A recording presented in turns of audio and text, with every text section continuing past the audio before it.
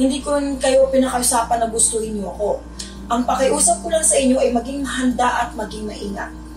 Kasi yung sa vision ko ay napaka-disturbing talaga ng pangyayari. Nandoon yung mga taong ilan namatay kasi biglaan talaga ito.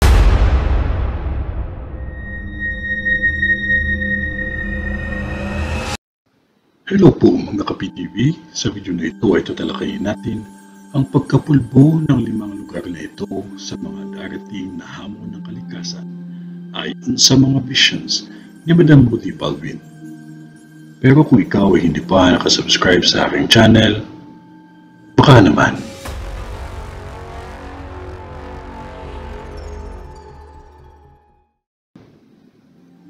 Nakikita ko sa vision ko na may malakas na lindol na mangyayari. Kahit pasabihin natin na normal na nangyayari ang lindol, ngunit hindi normal ang maraming masasawi dahil sa lindol. Sa bansang Mexico, nakikita ko ang 3 bulkan ang sasabog at halos sunod-sunod ang malalakas na lindol na mangyayari pa lamang na kung saan may mga buhay na nawala. Ang bansang Germany ay biglaan ito nangyari na kahit sa tagal pa ng pagkatulog ng bulkan, ay nagising ito ng biglaan na halos sunod-sunod ang lindol. Ganon din sa bansang India, may nakikita akong bulkan na sasabog na kung saan kahit lamang dagat ay matitindi ang pinsala na dulot nito. Mga taga-India, maging maingat lamang palagi dahil masusundan ng aksidente sa tren na halos daming buhay ang nawala. Mauulit po ito. Madagat man o lupa, may aksidente akong nakikita na mangyayari pa lamang.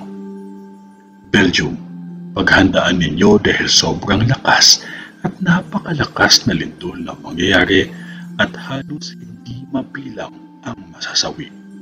Lalo na mga OFW natin, maging handa, pag-aralan ang huwag magpanik dahil malakas at matinding lindol ito.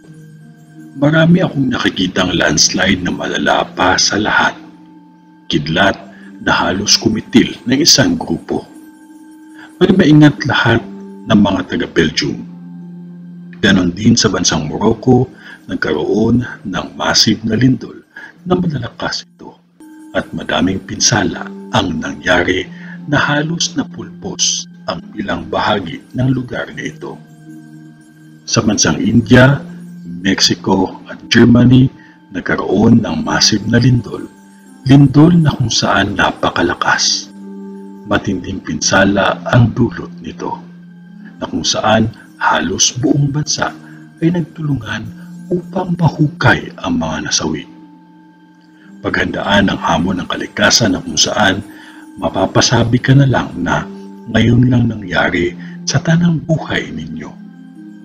Maging maingat sa apoy, baha, lalo na sa kidlat at tornado na halos kaya humati ng bahay at lupa. Pagbabago ng panahon at mundo. Sa bansang Germany, may nakakita akong OFW na na-aksidente ng matindi at ikinasawi nila ito. Ganon din sa bansang Mexico at Morocco. Kahit ano pa man ang mangyari sa buhay natin, huwag nating kalimutan na maging maingat at manalangin sa Diyos Ama palagi. Ako ay tao lamang. Kung ano ang pinakita sa akin ay hanggang doon lang din ang aking masasabi dahil Diyos pa din ang mas may alam sa lahat. Ito ay ang nakakatakot na bisyon ni Madam sa 5 bansa. Sa ngalan ng Diyos Ama, ng Diyos Anak, at ng Diyos Espiritu Santo. Amen.